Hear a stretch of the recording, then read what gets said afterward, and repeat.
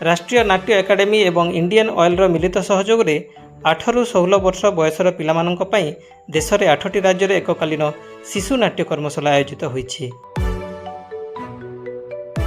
एही क्रम में आनंदपुर देवगाँ स्थित पीएम श्री सरकारी उच्च विद्यालय ठारे मे 18 2026 रु जून 17 2024 पर्यंत एक मासिया नाट्य कर्मशाला आरंभ होईछि।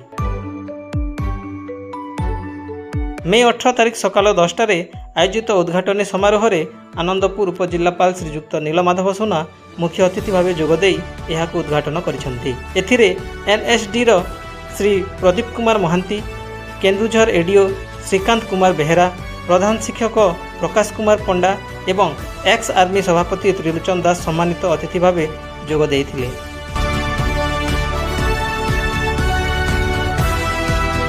एही कर्मशाला को निर्देशक श्री अविनाश देशपांडे, उपनिर्देशक श्री देवानंद नायक एवं संयोजक भाव पूर्वतन सेना अधिकारी श्री अंबिका प्रसाद दास परिचालन करुछंती।